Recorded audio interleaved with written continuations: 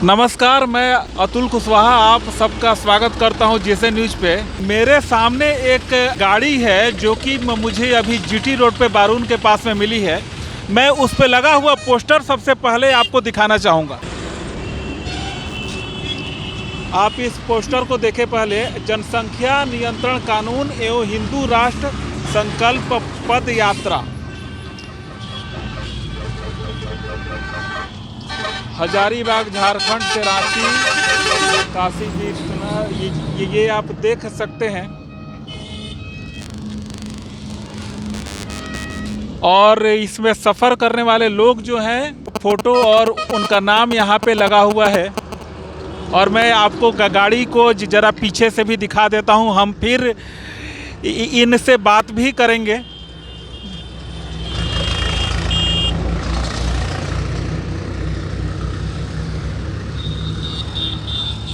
ये लोग हैं, जरा सा सामने देखेंगे। आप लोग कहाँ से आ रहे हैं और कहाँ जाएंगे? हम लोग यह यात्रा पैदल पद यात्रा है और यह हजारीबाग बुढ़वा महादेव मंदिर से हम लोग 11 दिसंबर को निकले हैं। और यह यात्रा हम लोगों को हजारीबाग बुढ़वा महादेव से काशी विश्वनाथ होते मतलब औरंगाबाद डेहरी मतलब बिहार पूरा होते हुए जीटी रोड और फर्स्ट काशी विश्वनाथ, सेकंड अयोध्या, वृंदावन, मथुरा होते हुए दिल्ली तक की पद यात्रा हम लोगों को है। यात्रा का पर्पस क्या है? इस यात्रा का पर्पस यह है कि मतलब हम लोगों को मांग है हिंदू राष्ट्र और जनसंख्या नियंत्रण कानून लागू हो। जनसंख्या नियंत्रण कानून की जरूरत क्यों है? जनसंख्या नियंत्रण कानून की जरूरत इसलिए है क्योंकि अभी हमारे भारत में विस्फोटक की तरह जनसंख्या बढ़ती जा रही है और दिन भर दिन क्षेत्रफल तो उतना ही है, जमीन तो उतना ही है और रहने की व्यवस्था कम होते जाएगी। क्या एक विशेष समुदाय की संख्या ज़्यादा बढ़ना, क्या वो भी एक समस्या है? वो तो समस्या है ही है, लेकिन आप भी इस चीज़ को समझ सकते हैं। अगर उनकी संख्या, मैं जिस समुदाय विशेष के बारे में बोल रहा हूँ, अगर उनकी संख्या अगर ज़्यादा बढ़ जाए तो क्या वे लोग आपको रहने देंगे? ये तो पॉसिबल नहीं है, पॉसिबल नहीं। जी हाँ, आप आइए सर। आप सबसे पहले अपना परिचय दे दें। मेरा नाम पुरुषोत्तम पांडे है और पदयात्रा का हम लोग का आज 9वां दिन है। जी हाँ, आपने जो सवाल किया उस पर मैं बताना चाहता हूँ कि गाड़ी भी दिखाई पड़नी चाहिए सर। आप लोग ठीक है कि अभी जो स्थिति है, जहाँ हिंदू अल्पसंख्यक है वहाँ की स्थिति देख सकते हैं, जबकि हम लोग 80% हैं। और अगर यदि 50-50 हो जाते हैं तो स्थिति कितनी भयानक होती है इसकी कल्पना आप कर सकते हैं। तो हम लोग जनसंख्या नियंत्रण कानून की मांग को लेकर निकले हैं ताकि हमारा देश कश्मीर न बने, पाकिस्तान न बने, बांग्लादेश न बने। नरेंद्र मोदी जी शासन में हैं, पर अगर हम धरातल पर देखें तो ये पार्टी कभी भी खुल करके नहीं बोलती कि हम हिंदुओं की पार्टी हैं। पहले जो है मंचों से मोदी जी जय श्री राम भी बोलते थे, पर अब वो बोलने से भी परहेज करते हैं। नहीं, ऐसा नहीं है। आज भी हम सुनते हैं उनके भाषा में जय श्री राम का नारा लगता है। क्या मोदी जी को आपने कभी जल्दी में जय श्री राम का नारा लगाते देखा है? हाँ, देखे हैं। अब हमारे झारखंड भी आए हुए थे कुछ दिन पहले, वहाँ भी जय श्री राम का नारा लगाया उन्होंने, लाइव मैंने देखा है। देखिए, हिंदू समाज को मोदी जी से कितनी आस है, पर मैं जो आंकड़े देखता हूँ धरातल पे, उसमें विशेष समुदाय को ज़्यादा से ज़्यादा लाभ दे दिया गया है। शायद ये लोगों को मालूम नहीं है। जैसे अगर मैं किसी भी जनरल योजना की बात करूं तो 14% संख्या को लगभग 40% का लाभ दे दिया गया है। और ये बीजेपी के नेता खुले मंचों से खुलेआम कहते हैं और ये भी बोलते हैं कि आप आंकड़े देखो, मैंने जो है मुस्लिमों को ही ज़्यादा से ज़्यादा लाभ दिया है। पर यहाँ पर शायद इनकी जानकारी पूरी नहीं है। खैर, जो भी हो, वो भी तो हमारे देश के में ही रहते हैं। इनकी बात करो, वो भी तो हमारे लेकिन सर, प्रधानमंत्री हमारे सर भी हैं, क्या उनके भी हैं। क्या आपको मालूम है कि 14% मुस्लिम जनसंख्या को प्रधानमंत्री आवास योजना का 33% लाभ दिया गया है और मुद्रा लोन का उस 14% संख्या को 34% का लाभ दे दिया गया। मतलब मोदी जी के नेता खुले मंचों से बोलते हैं कि हमने जो है उनको ही ज़्यादा लाभ दिया है। हम लोग राजनीतिक बातें नहीं के लिए हम लोग धैर्य यात्रा में निकले हुए हैं। हम लोग धर्म की बात करते हैं। हम लोग जो मांग है अपने मांग करेंगे, लोगों को हम लोग जागरूक करने का काम करें, लोगों को जगाने का काम करें। हमारा जो हक है, अधिकार है, उसको हम लोगों जनता तक पहुँचाने का काम कर रहे हैं। मतलब ये है कि आप लोगों को आप जागरूक करना चाहते हैं। जी जी है ना? जी। एक बात हाँ, बताइए, जी। हमारे दो बच्चे सर, हैं, हाँ ठीक है, जी हम बिजनेस करते हैं या नौकरी करते हैं, हम गवर्नमेंट को टैक्स क्यों देते हैं?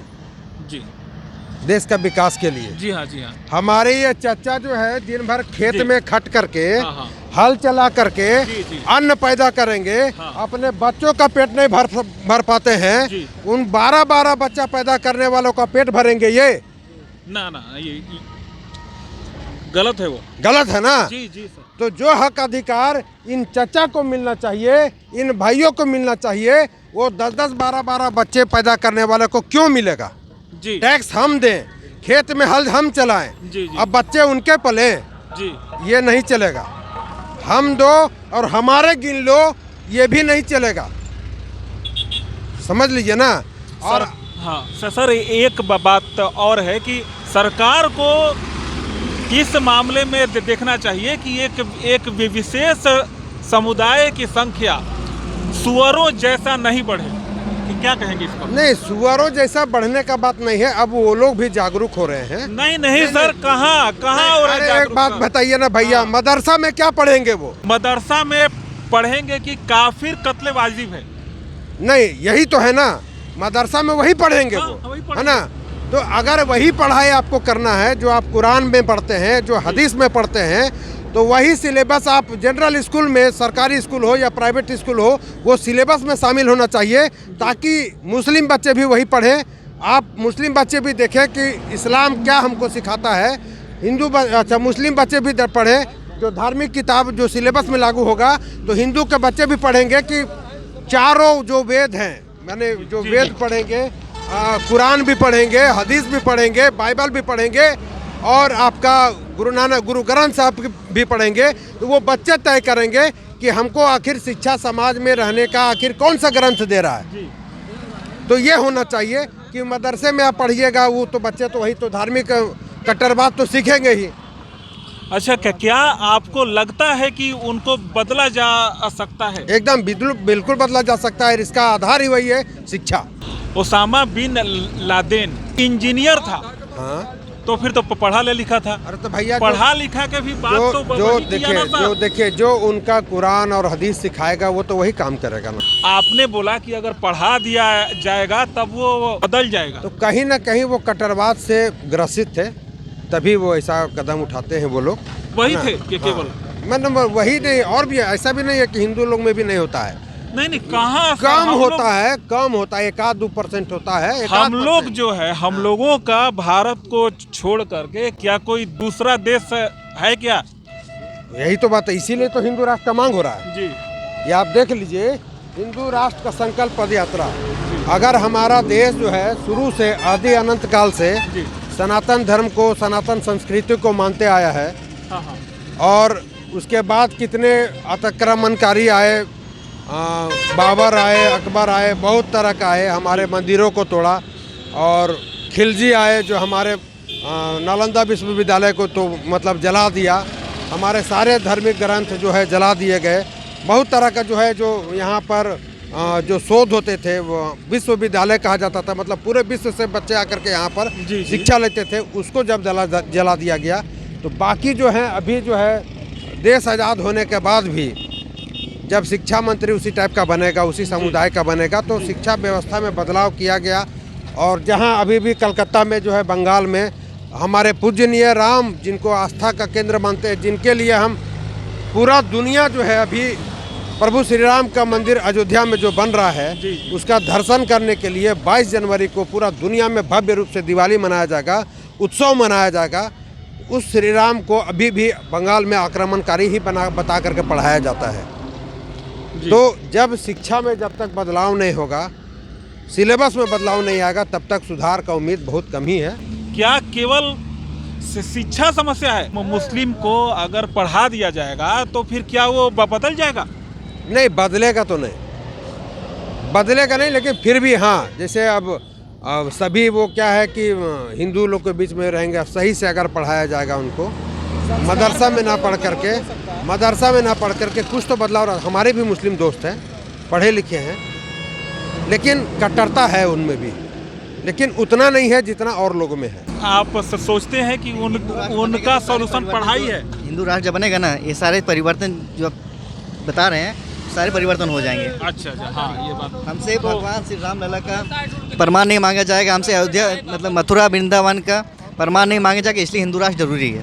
अभी भी देख लीजिएगा आप, अपना त्यौहार चाहे दुर्गा पूजा हो, रामनवमी हो, सरस्वती पूजा हो, किसी भी तरह का त्यौहार बिना डर के आप मना सकते हैं क्या?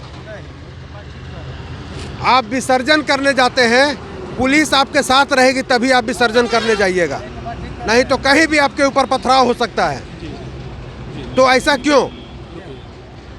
यात्रा कहाँ तक जाएगी अंत में? ये हजारीबाग झारखंड से हम लोग चले हैं और ये पहला हम लोग का पड़ाव रहेगा काशी विश्वनाथ, दूसरा अयोध्या, तीसरा मथुरा, चौथा वृंदावन, पांचवा हम लोग पहुंचेंगे फरवरी लास्ट के आसपास, नहीं फरवरी 4-5 फरवरी के आसपास में दिल्ली। जय श्री राम के साथ में अब इसको विराम देंगे। चलिए एक नारा लगा, जय श्री राम। जय श्री राम। और हम जितने भी यहाँ भाई हमारे खड़े हैं उनसे हम इतना बोलेंगे, हो सकता है कि अलग अलग जाति के हों, जाति अलग हो सकता है, धर्म हमारा सनातन है, धर्म हमारा हिंदू है और हम हिंदू बन के ही रहेंगे। जाति जब आपको खोजना है तो शादी ब्याह जिस समय कीजिएगा उस समय आप जाति खोजिएगा, नहीं तो आप एक रखिए, संगठित रहिए। जय श्री राम और हर महादेव। और एक चीज़ और मैं बोलना चाहूँगा, हाँ ये चीज़ बोलना चाहूँगा कि भैया ने बताया कि जाति जो हो संगठित एक होनी चाहिए हिंदू धर्म के लिए, ठीक है। हम लोगों ने भी यही किया। यहाँ पे देखिए अजय दास है जी, सुरेंद्र मेहता है जी, पुरुषोत्तम पांडे है। हम लोग समझ सकते हैं कि हम लोग 3 कास्ट से हैं, लेकिन फिर भी हिंदू धर्म के लिए आवाज़, हाँ हिंदू धर्म के लिए आवाज़ उठाएं एक साथ, अपना धर्म के लिए एक साथ आवाज़ उठाएं। इसी तरह कभी भी अगर जाति प्रथा की बात आती है, समाज में उठना बैठना तो वहाँ पर कीजिए, ठीक है, अपना समाज में जात पर बात कीजिए, लेकिन जब धर्म की बात आती है सब जाते एक साथ हो जाइए, संगठित हो जाइए कि हम हिंदू हैं जी। क्या कि देखिए हर एक का होता है, गोतिया भाई परिवार सबका होता है जी, अपने में संगठित रहना अच्छा बात है, लेकिन जातिवाद करके नहीं जी। बहुत बहुत धन्यवाद बात का करने के लिए। हर हर महादेव।